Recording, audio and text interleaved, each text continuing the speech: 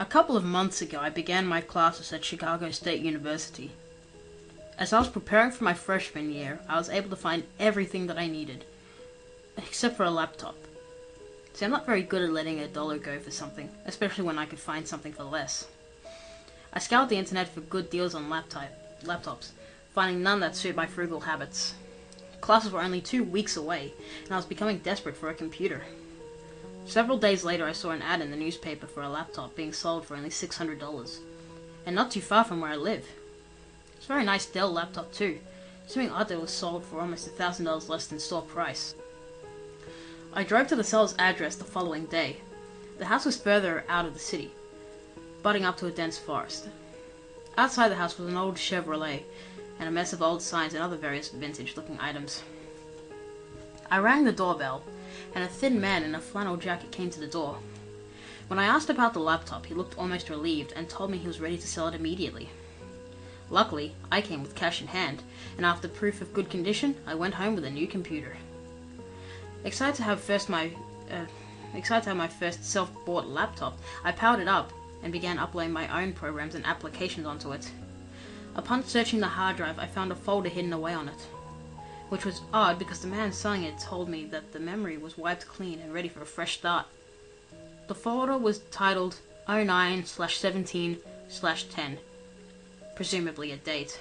I opened the folder, revealing 6 videos and 3 pictures. Well, curiosity got the best of me, and I decided to watch the videos. The first video was simply titled 001. The video was shot from a shaky camcorder inside a vehicle, recording a woman walking out of a bar and getting into a car at night. After a couple of seconds, the woman drove off, and almost immediately the person recording the video began to drive after her. The video ended after 24 seconds. It almost seemed like the cameraman had been waiting for the woman for a while.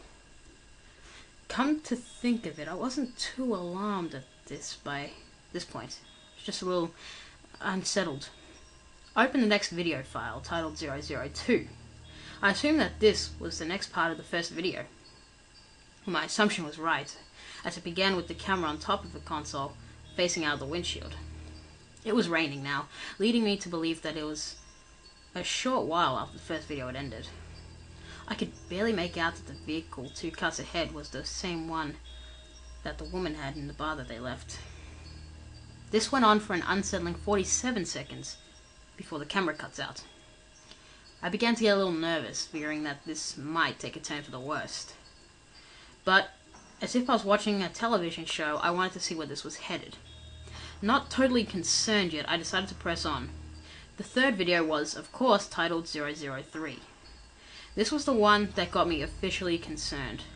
The clip began from the same shaky hands as the first clip. It was now pouring rain outside the car, and I could barely make out the figure in a fur coat with an umbrella walking to the front door of a house. I could only assume who this person was, and whose house this belonged to. The figure entered the house and closed the door. The following stillness greatly unnerved me. The only thing that could be heard was the sound of rain dumping on the top of the car. After roughly 2 minutes of this nerve-wracking nothingness, the lights inside of the house cut out. Another minute or so went on by before the camera was placed onto the console again, and the sound of a person exiting the car broke the stillness. After the car door quietly closed, another figure, this time hooded, could be seen walking towards the house. I began feeling a knot tightening in the bottom of my stomach as the stranger walked around to the back of the house. Whoever this person was, they definitely weren't supposed to be there, and after a couple of seconds, the lights to the outside of the house cut out. It was pitch black. Only the rain alerted me that the camera was still rolling. The video ended after about 9 minutes of rain and darkness. I was now pretty sure that this was not an innocent little project or anything of that nature. I began to feel stupid for not checking the laptop seller's credibility. Was this person stalking the woman and the same person that I met with earlier? Throughout this whole experience, I had a dormant thought in the back of my head to call the police, but I wasn't ready just yet. Reluctantly now, I began the 4th video, 004. It was dark again, but the rain had stopped, and I was left only with silence. Not long after the clip began, I could make out the sound of footsteps on the gravel, getting louder as someone was approaching the vehicle. The car door opened and the dome light was turned on, and I could tell that the camera was now on the floor of the car, pointing up towards the roof. I heard some fumbling in the background. Suddenly a thump sounded from the back of the truck. An arm abruptly obstructed the camera's view and a large tub could be seen being pulled out of the car. I had only one scenario running through my head. Oh, and I hoped it wasn't true. The person picked up the camera and put it back on the console and began to back up. They drove for a good 3 minutes before parking in a branched off road and exiting the car to work on the load that they were carrying. 6 minutes after, the car was moved again to a different location, and the camera was picked up and carried underhanded away from the car. I could see now that it was the same shit bucket truck that was in the front of the seller's house. I was just about ready to call the cops on this creep when the camera turned towards the house. It was a completely different house than the one I visited. I was a little relieved by this, but it didn't prove anything. As the fourth video came to an end, I was wondering whether or not I was prepared to see what came next. I could only hope that this was a prank, or at least had a happy ending. 005 began inside the house. It was extremely dark, and the only thing I could make out was a figure that would occasionally walk in front of the camera. It was also quiet for the first few moments, minus the occasional barking of a dog outside. Eventually, a small sound started to appear. A small sound that soon escalated to a loud, muffled scream. Shaking and struggling sounds became more apparent as time went on, as well as crying. The light abruptly came on, and the camera was lifted and panned to the center of the room, revealing a beaten and bloody woman tied to the chair. From what I could make out, this was in fact the woman from the bar.